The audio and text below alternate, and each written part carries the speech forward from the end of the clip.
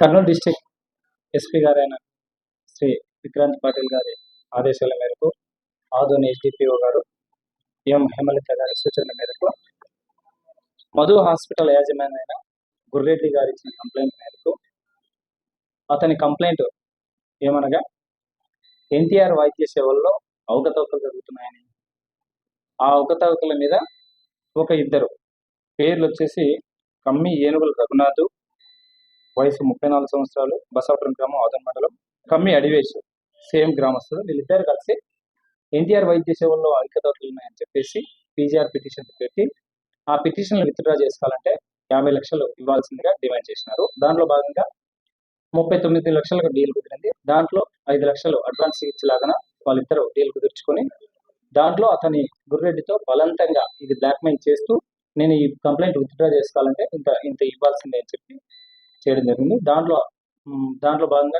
అతనితో ఒక ఫోన్పేలో 10,000 రూపాయలు కొట్టించుకోవడం కూడా జరిగింది. తర్వాత అతను ప్యారలల్గా మా దగ్గరకు వచ్చి కంప్లైంట్ ఇచ్చినారు. అతని కంప్లైంట్ మేరకు మేము కేసు రిజిస్టర్ చేసినాం. దీంట్లో భాగంగా నోటీసులు ఇవ్వడానికి ఇద్దరు కానిస్టేబుల్ని పంపిస్తే మా దగ్గరకు వచ్చి మీరేనా, మాకెంత పెద్దలు లీడర్లు తెలుసు, అధికారులు తెలుసు, మీరేం మా దగ్గరకు వచ్చిందని చెప్పేసి కానిస్టేబుల్ని దొబ్బి ఒక కానిస్టేబుల్ కొడితే, చేతి మీద కొడితే చేయి వాచి ప్లస్ చేతికి వాపడిగాయం జరిగింది.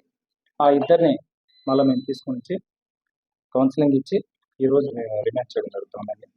వీళ్ళపైన నేను ఎంక్వైరీ చేస్తే గతంలో కూడా చాలా మంది పైన పీజీఆర్ఎస్ పిటిషన్లు పెట్టడం, ఆర్టీ యాక్ట్లో ఇర్రిలవెంట్గా ఆర్టీ యాక్ట్లో పెట్టడము, వాళ్ళు కాంప్రమైజ్ కావడం కోసం డబ్బులు డిమాండ్ చేస్తున్నట్టుగా మనకు కొంచెం సమాచారం ఉంది.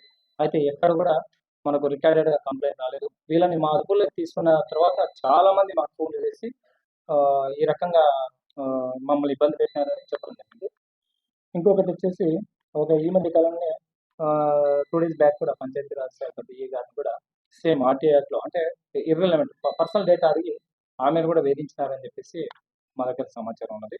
వాళ్ళని ఈరోజు 11 గంటలకు అరెస్ట్ చేసి రిమాండ్ చేయడం జరిగింది. ఇంకా ఇప్పుడు నేను ఈ సందర్భంగా తెలియజేయడం కనుక చాలా మంది పిటిషన్ మెంబర్స్ లిటిగెంట్స్కి నేను ఒకటే చెప్తున్నాను, నిస్వార్థంగా చేస్తే ఓ సరాసరి ఏదైనా ఇట్లా స్వార్థంతో స్వలాభం కోసం ఏదైనా ఎక్స్ట్రాక్షన్ చేసినా, డబుల్ డిమాండ్ చేసినా, బ్లాక్మెయిల్ చేసినా కఠినంగా కౌన్సిలింగ్ ఇచ్చి చట్ట పరిధిలో ఎంతవరకు కట్టి యాక్ట్ చేయాలో అంతవరకు కట్టి యాక్ట్ చేస్తామని ఈ సందర్భంగా తెలియజేస్తాను.